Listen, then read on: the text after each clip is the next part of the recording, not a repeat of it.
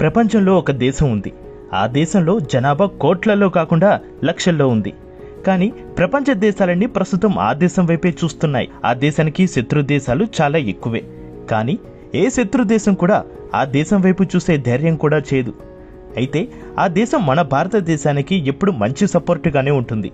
ఆ దేశం టెక్నాలజీ విషయంలో రారాజు. వాయిస్ మెయిల్ మొదట ఆ దేశంలోనే ప్రారంభమైంది. ఆ దేశంలోనే జీసస్ జన్మించాడు. ప్రపంచంలోనే అత్యంత బలమైన దేశం అది. ఆ దేశం మరేమిటో కాదు, ఇజ్రాయిల్. ఇజ్రాయిల్ను స్టేట్ ఆఫ్ ఇజ్రాయిల్గా పిలుస్తారు. ఆ దేశ జనాభా 92.2 లక్షలు మాత్రమే. ఇజ్రాయిల్లో 94% మంది జనాభా నగరాలలో ఉంటే మిగిలిన 6% మంది జనాభా గ్రామాలలో నివసిస్తూ ఉంటారు. Lebanon, Syria, Egypt, Gaza, Jordan దేశాలు ఇజ్రాయెల్కు బౌండరీ దేశాలుగా ఉన్నాయి. ఇజ్రాయెల్ దేశ రాజధాని జెరూసలం. ఈ రాజధాని ప్రాంతంలోనే జీసస్ జన్మించారు. ప్రపంచంలో ఉండే ధనిక నగరాలలో ఈ జెరూసలం కూడా ఉంది. ఈ నగరంలో ప్రాపర్టీ విలువ చాలా కాస్ట్లీగా ఉంటుంది. ప్రస్తుతం ఇంత విలువైన ఇజ్రాయెల్ దేశంలో గతంలో ఒక తీరని పెద్ద విషాదమే ఉంది. రెండవ ప్రపంచ యుద్ధ సమయంలో జర్మనీకి చెందిన హిట్లర్ 20 లక్షల యూదులను హతమార్చాడు. ఈ యూదులంతా ఇజ్రాయెల్కు చెందిన వారే. ఒక్క క్షణం ఆలోచిస్తే ఇజ్రాయెల్ ఈ విషాద ఘటన నుండి కోలుకోవడానికి ఎంత సమయం పట్టి ఉంటుందో. ప్రస్తుతం ఇజ్రాయెల్కు వెళ్లి చూస్తున్న వారంతా గతంలో ఇలాంటి విషాద ఘటన ఉందంటే అస్సలు నమ్మరేమో. అంతలా అభివృద్ధి చెందింది ఇజ్రాయెల్. ఇజ్రాయెల్కి ఎన్ని ఇబ్బందులు ఎదురైనా ఎవరు ముందు ఇప్పటివరకు సహాయం కొరకు చేతులు చాపలేదు. ఇజ్రాయెల్ ప్రజలు గతంలో జరిగిన విషాదాల గురించి చర్చించడం, బాధపడడం లాంటివి చేయరు.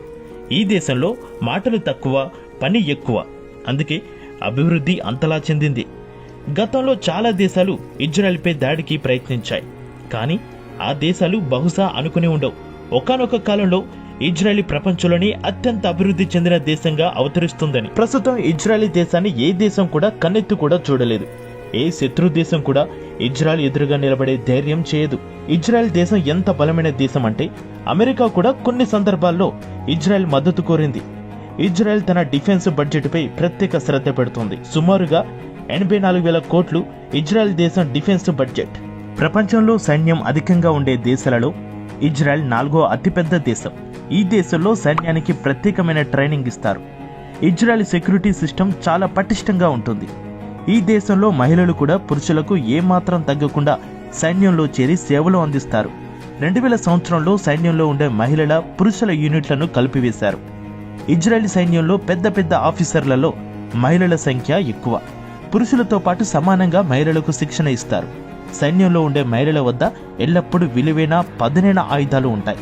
ఎందుకంటే అనుక్షణం తమను తాము రక్షించుకోవడంతో పాటు దేశానికి రక్షణ కోసం. ఇజ్రాయెల్ దేశం తీవ్రవాదులను పూర్తిగా అణచివేయాలని చూస్తోంది.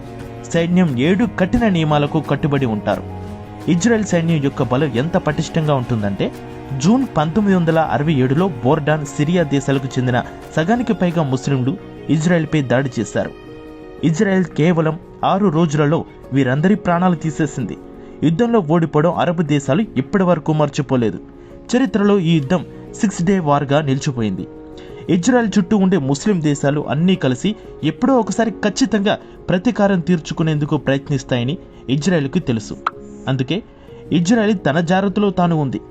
బోర్డాన్ దేశంలో ఈజిప్ట్ మొదటి ఏరోప్లేన్ బేస్ తయారు చేసింది. అక్కడ 290 యుద్ధ విమానాలను కూడా దించింది. ఇజ్రాయెల్ ముందుగా ఆ యుద్ధ విమానాలపై దాడి చేసి పూర్తిగా అణచివేసింది. అంతేకాదు ఇతర దేశాల్లో కూడా యుద్ధంలో ఎప్పుడూ ఇజ్రాయెల్దే పై చేయి. ఆ తర్వాత ఏ శత్రు దేశానికి కూడా ఇజ్రాయెల్ వైపు చూసే దమ్ము లేకుండా పోయింది. ఇజ్రాయెల్ డిఫెన్స్ ఫోర్స్ IDF గా పిలుస్తారు. ఇది ప్రపంచంలో ఉండే బలమైన ఫోర్సులలో ఒకటి. ఈ ఫోర్స్ దేశ రక్షణ కోసం ఎంతవరకైనా పోరాటం చేస్తుంది. ఈ ఫోర్సు ప్రధాన లక్ష్యం భూమి లోపల నుంచి వచ్చే సునామీ, భూకంపాల మొదలు శత్రు దేశాల దాడి వరకు జరిగే ప్రమాదాల దాడి నుంచి దేశాన్ని రక్షించడమే. ఇజ్రాయెల్కు చెందిన IDF Mexico, Bharat, Kenya, Turkey, America దేశాలకు మద్దతుగా పనిచేస్తుంది. ప్రపంచంలో ఆక్నా శాటిలైట్ వ్యవస్థ ఉండే 9 దేశాలలో ఇజ్రాయెల్ కూడా ఒకటి. ఈ దేశంలో శాటిలైట్ టెక్నాలజీ ద్వారా డ్రోన్లు పనిచేస్తాయి. ఈ దేశ శాటిలైట్ టెక్నాలజీకి సమానంగా ఇతర దేశాల టెక్నాలజీలు పనిచేయలేవు. ఇజ్రాయెల్ సైన్యంలోనే కాదు, టెక్నాలజీలో కూడా ఎంతలా అభివృద్ధి చెందిందంటే దేశంలో ఉండే 95% ఇళ్లలో సోలార్ టెక్నాలజీ ఉంటుంది. సోలార్ ఎనర్జీతోని ఇళ్లలో నీటిని వేడి చేసుకుంటారు. హోమ్ కంప్యూటర్ ఉపయోగించే దేశాలలో కూడా ఇజ్రాయెల్ ముందుంది. మైక్రోసాఫ్ట్కి చెందిన మొదటి సెమీ కండక్టర్ చిప్ ఇక్కడే తయారైంది. వాయిస్ మెసేజ్ టెక్నిక్ ప్రపంచ దేశాలకు ఇజ్రాయెల్ పరిచయం చేస్తుంది. మొబైల్ మ్యాపింగ్ ప్రోగ్రామ్ వేస్ ఈ దేశంలోనే డెవలప్ చేయబడింది. అమెరికాకు చెందిన సిలికాన్ వ్యాలీని అరబ్ ప్రాంతంలో సిలికాన్ వ్యాలీ అని పిలుస్తారు. ఇజ్రాయెల్లో 3500కు పైగా హైటెక్ కంపెనీలు ఉన్నాయి. అమెరికా తర్వాత భారీ పెట్టుబడులు పెట్టడానికి అనువైన దేశం ఇజ్రాయెల్. ప్రపంచంలోని మొట్టమొదటి యాంటీవైరస్ సాఫ్ట్వేర్ ను ఇజ్రాయెల్లోనే డెవలప్ చేశారు. ఇజ్రాయెల్ గురించి అందరికీ తెలిసిన విషయం ఏమిటంటే ఇజ్రాయెల్ చుట్టుపక్కల ప్రాంతాల్లో ఎడారి, దుమ్ము, ధూళి చాలా ఎక్కువ. అయినా కూడా వ్యవసాయంలో కూడా ఇజ్రాయెల్ కాస్త ముందే ఉంది. డ్రిప్ ఇరిగేషన్ సిస్టమ్ ద్వారా సాగు చేసి వేల టన్నుల కొద్దీ పూలను, కూరగాయలను యూరోప్ దేశాలకు ఎగుమతి చేస్తుంది. చల్లటి వాతావరణం, సముద్రపు వేడిలో 35 డిగ్రీల ఉష్ణోగ్రత వద్ద ద్రాక్ష పంటను పండించి వైన్ ఎక్స్పోర్ట్ చేసి అతిపెద్ద దేశంగా ఇజ్రాయెల్ నిలుస్తోంది. ఇజ్రాయెల్ ప్రజలకు తినడం, తాగడం అంటే ఎంతో ఇష్టం. అందుకే వాళ్ళు ఎప్పుడూ చూడడానికి చాలా ఫ్రెష్ గా కనిపిస్తూ ఉంటారు. ఇక్కడ లోకల్ కేఫ్లు చాలా ఎక్కువ. ఇక్కడి ప్రజలకు సుషి అనే ఆహారం ఎంతో ఇష్టం. సాధారణంగా సుషి జపాన్కు చెందిన డిష్. ఇజ్రాయెల్లోని టెల్ ఏవిఐవి నగరంలో 100కు పైగా సుషి రెస్టారెంట్స్ ఉన్నాయి. ఈ దేశంలో ఒక సంవత్సర కాలంలో 1 మిలియన్ పౌండ్ కంటే ఎక్కువ హమ్మూస్ తింటారు. ఇది శనగలు మరియు నిమ్మకాయ రసంతో తయారైన ఒక మంచి టేస్టీ ఫుడ్. ఇక్కడ ఉండే వారికి చాక్లెట్లు తినడం అంటే కూడా చాలా ఇష్టం.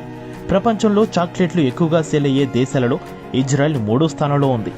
ఇజ్రాయెల్కు చెందిన గేదెలు ఒక్క సౌత్ కొరియా తప్ప మిగతా దేశాలలో ఉండే గేదెల కంటే ఎక్కువ పాలు ఇస్తాయి. ఈ దేశంలో ఎప్పుడు పాల పదార్థాల కొరత అనేది ఉండదు. ఈ దేశంలో ఉండే ప్రజలు చాలా ఫిట్ గా ఉంటారు. తినడానికి ఎంత ప్రాధాన్యత ఇస్తారో ఎక్సర్సైజ్ చేయడానికి అంతే ప్రాధాన్యత ఇస్తారు. ఇజ్రాయెల్ దేశంకు చెందిన మరో ప్రాముఖ్యత ఏమిటంటే అండర్వేర్ పై మోడలింగ్ చేయడం ఇక్కడ నిషేధం. జీరో ఫిగర్ చేయడం కోసం మోడల్స్ తినడంపై శ్రద్ధ పెట్టరు. బరువు తగ్గడం కోసం అనవసర ఆరోగ్య సమస్యలు దరిచేరతాయి. ఈ విషయాలను దృష్టిలో పెట్టుకున్న ఇజ్రాయెల్ ప్రభుత్వం అండర్వేర్ పై మోడలింగ్ చేయడానికి నిషేధించింది.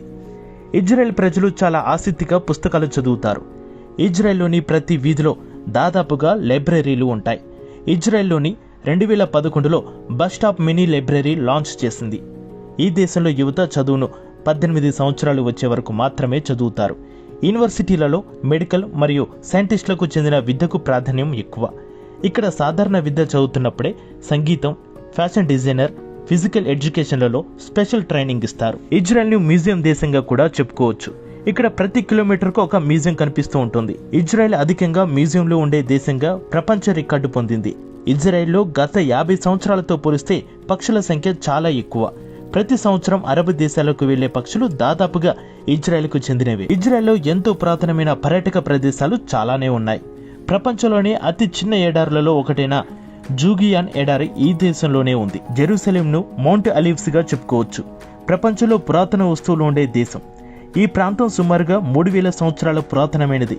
ఇజ్రాయెల్లో ఉండే కరెన్సీని ఇజ్రాయలీ షేకిల్ అంటారు. దీని విలువ భారత కరెన్సీతో పోలిస్తే 23.24 రేట్లు ఎక్కువ. ఇజ్రాయెల్ దేశానికి పర్యటనకు వెళ్తే ఒక రోజు కనీసం 2 లక్షలకు పైగా ఖర్చు అవుతుంది. ఇవే ఇజ్రాయెల్ దేశంలో ఉండే అద్భుతాలు.